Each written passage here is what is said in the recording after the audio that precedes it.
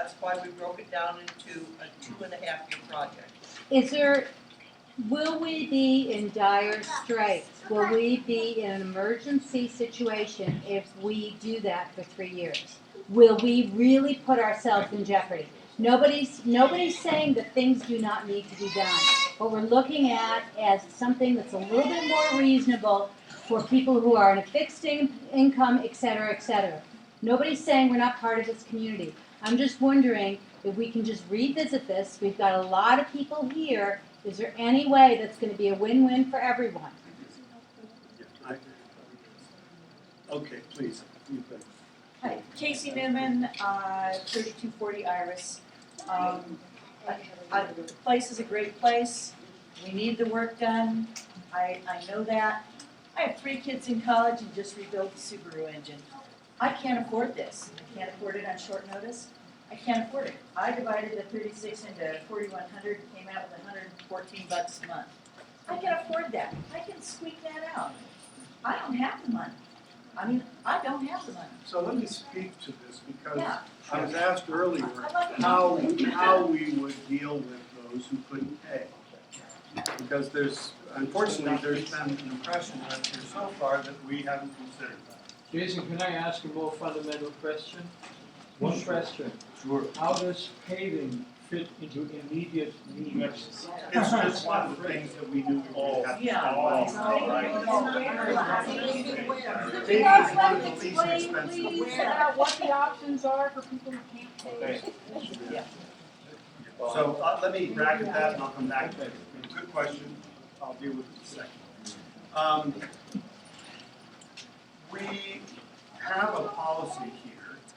It cannot be written into this assessment that you get to pay as you can. Because if we do that, we put ourselves at legal risk. And I don't mean we, I mean you. Because the work will get done. And if the work isn't paid for, those who have the money will pay for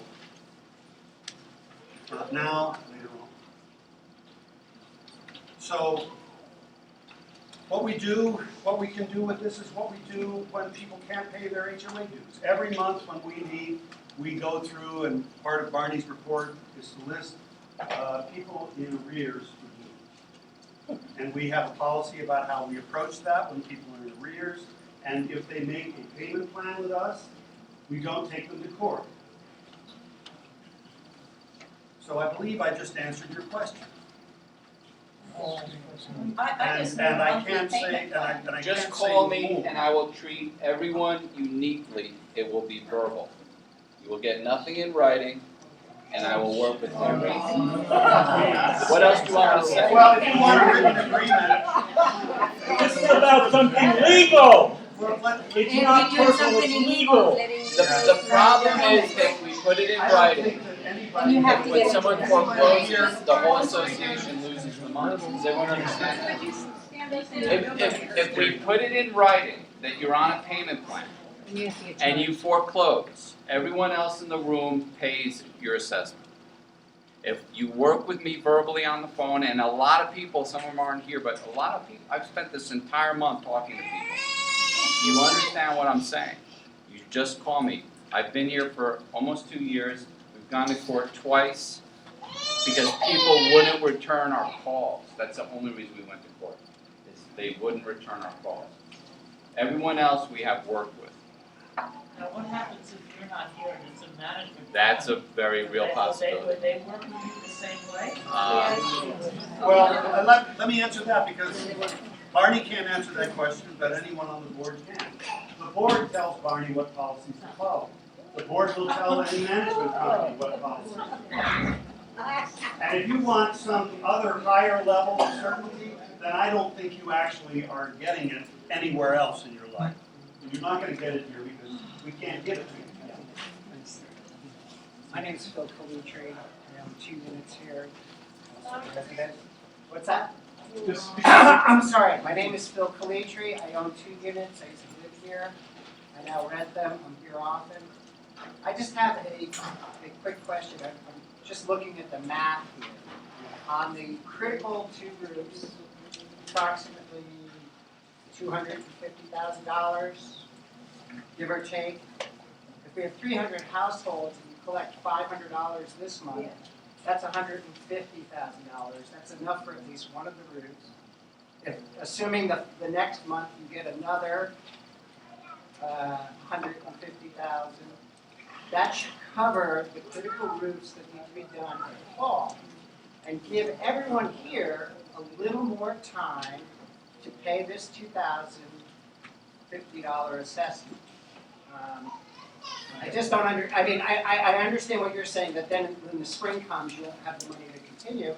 But assuming everyone pays over those 4 months the same $2,000, at least according to my math, you get the critical work done before winter, have the money there to finish the critical work or whatever we are on in the spring.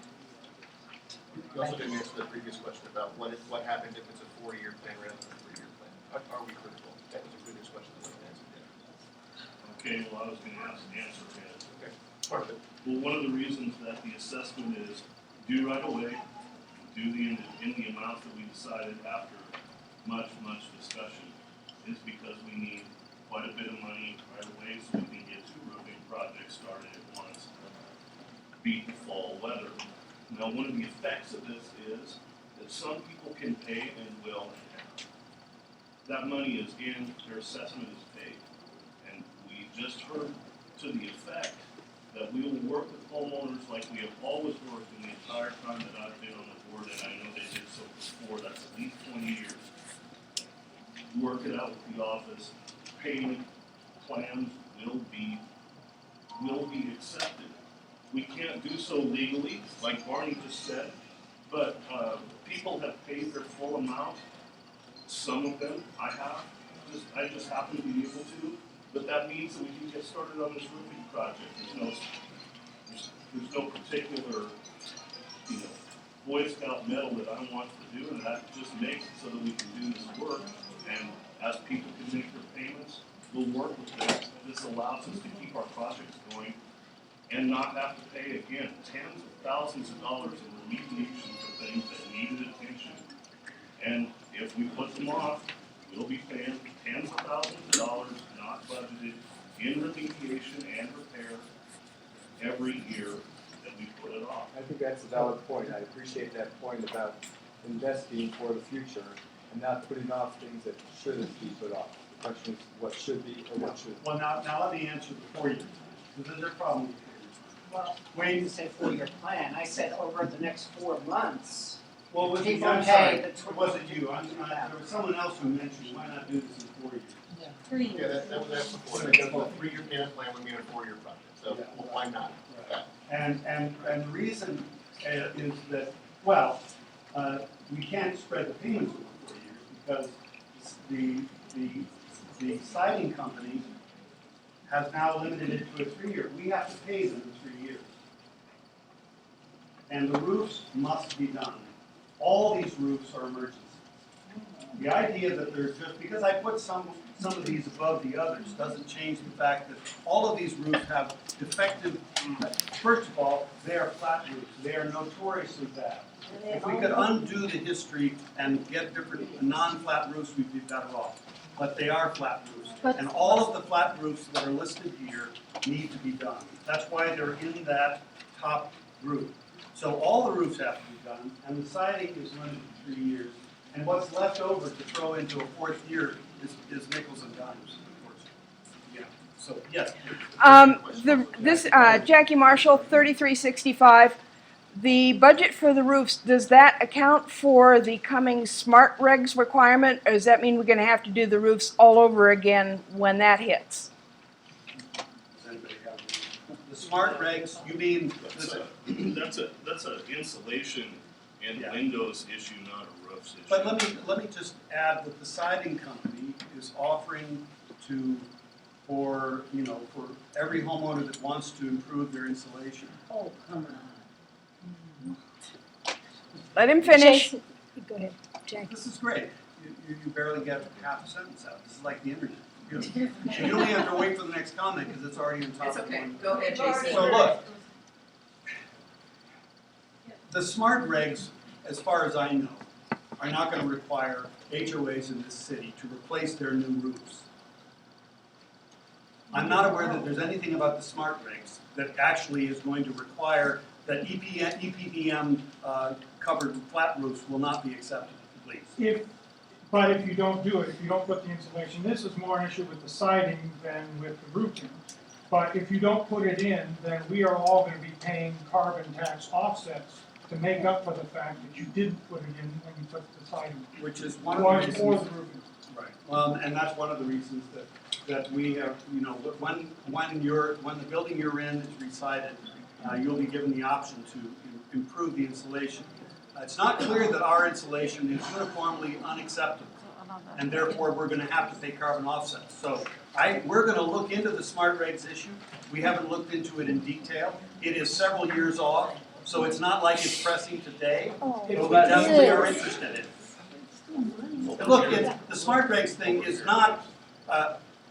I've heard about the smart regs, but I haven't. It's been a law for 2 years. I understand that it's been a law for 2 years, but I don't know the details, and so we can't address it That's your tonight. job to know. No, actually, I don't have a job. You're not talking to an employee. I'm a volunteer, and I am not a professional. It's your You asked me a question about responsibility. typesetting, I'll be a professional. It's your responsibility to know that. Can we address That's this? a very, very, I would say, fortunate view of what Scott, responsibilities if are. you've been aware of this for 2 years, why are we only hearing about it now? Never Yeah. seen Where a were board you meeting, last year? never met you And the before. year I do just want to ask that question, but we'll leave it at that, right? Because we are volunteers. So Tyler, secretary, this is really kind of upsetting, guys. We volunteer our time. We've done this for almost 2 years, volunteering our time, right, a year and a half, dealing with roofs, dealing with siding, dealing with infrastructure. You know, heckling is not helpful here. It really isn't. And I've always put forward, I think many people have heard, please come to meetings, right? We invite people to do that. It's very helpful. In fact, this is the most number of people I've ever seen, including when we had the assessment last year. And it's really upsetting to be heckled for spending our time trying to take care of your campus. That's not helpful. And as Jason pointed out, the thing we can do is move forward. I'll leave it with that.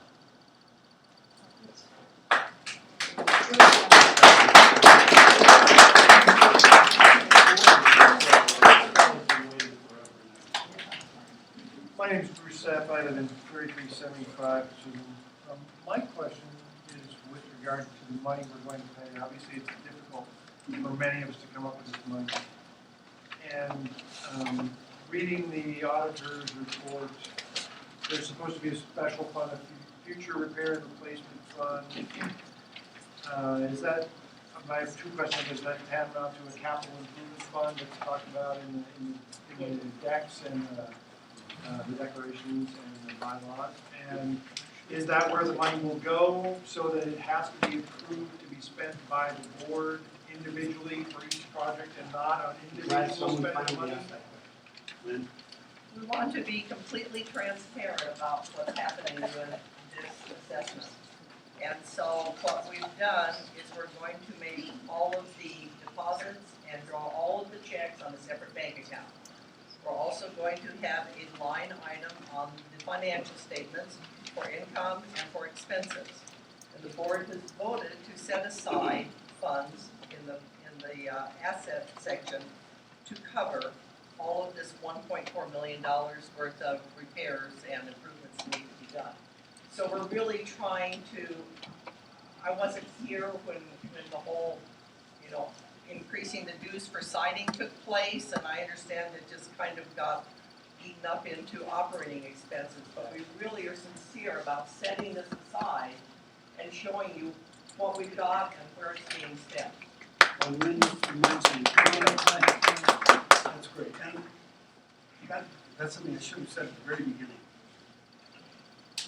We had a long discussion over 2 meetings about how to get the money for this. And one of the proposals was, and I thought, well, maybe that'll work. We'll just increase dues, as George suggested and others on the board suggested. But then two board members piped up immediately and said, here's what happens every time we raise dues.